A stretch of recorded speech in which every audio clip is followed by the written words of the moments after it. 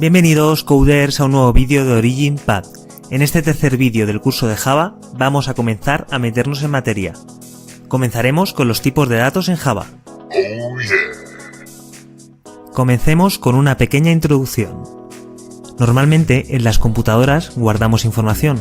Por ejemplo, podemos guardar fotos. Y los programas que usamos en las computadoras utilizan esta información. Por ejemplo, podemos tener un programa de edición de fotos que usamos para mejorar las fotografías y subirlas a Instagram.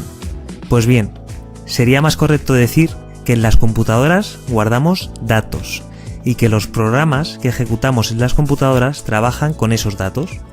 Dicho esto, cuando creamos un programa tenemos que definir o indicar con qué tipo de datos vamos a trabajar. Esto es muy importante, ya que todos los lenguajes de programación, o casi todos, tienen tipos de datos, y en este vídeo vamos a ver los tipos de datos en Java.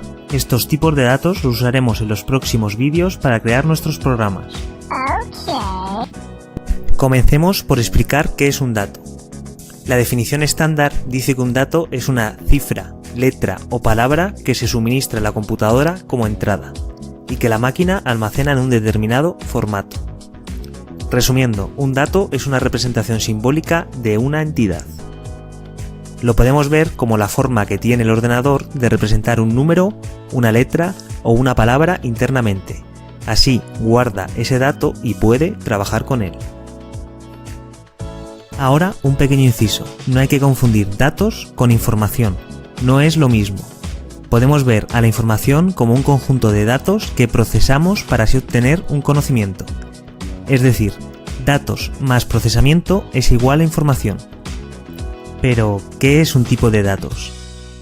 Normalmente clasificamos los datos similares en un grupo, y cada grupo es un tipo. Por ejemplo, podríamos agrupar a todas las palabras en un tipo de datos, por ejemplo, en tipo palabra. Así, cuando queramos usar un dato que sea una palabra en nuestro programa, indicaremos que ese dato es de tipo palabra. Lo etiquetaremos. Así el programa y la computadora sabrán con qué están trabajando. También podríamos tener datos de tipo número entero, es decir, los números sin decimales, de tipo número decimal o de tipo carácter, es decir, las letras. En resumen, agrupamos los datos que se parecen en un tipo. Ahora bien, ¿qué tipos de datos tiene Java?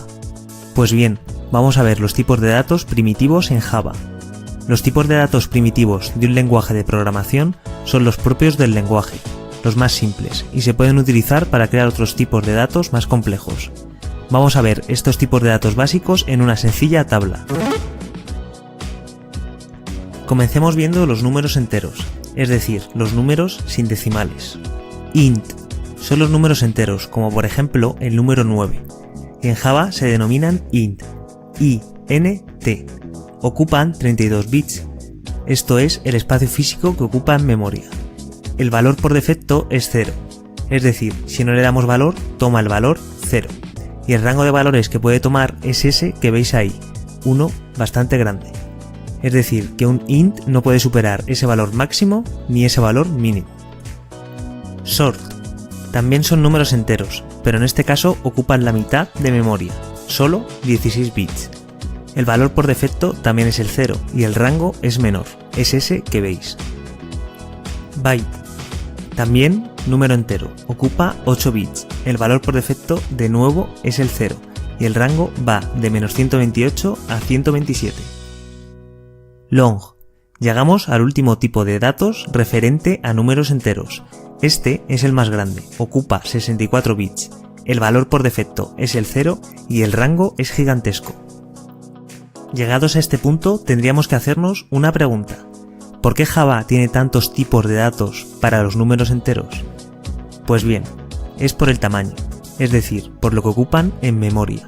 Veréis, los programas consumen memoria y en función del consumo de memoria así van de rápidos o de lentos.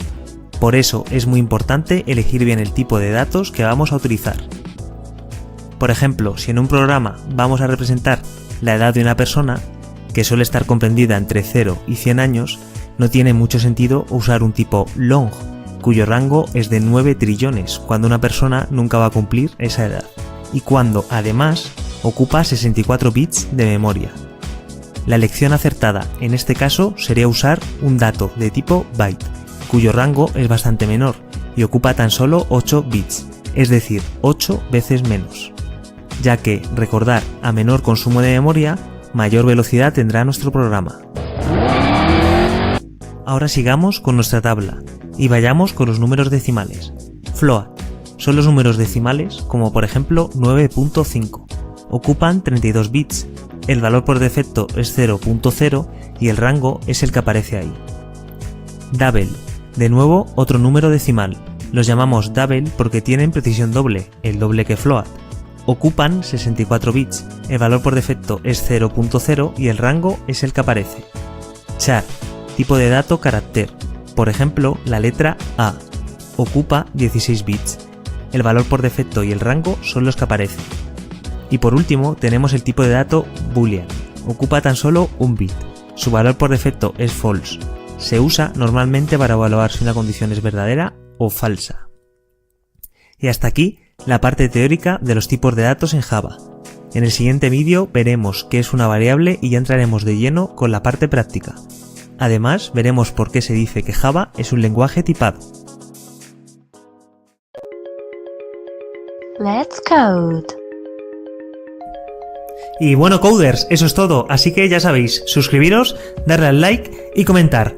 Y recordar, si queréis ver el próximo vídeo, clicar arriba a la derecha.